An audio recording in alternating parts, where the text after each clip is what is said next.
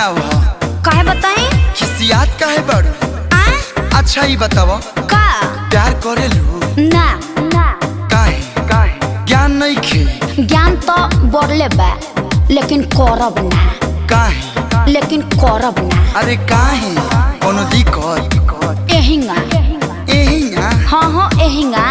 भाव सुनो भइलू मिरिया ताहार 16 बरिस के होई तोहर प्यार ले लो पाना पे लिख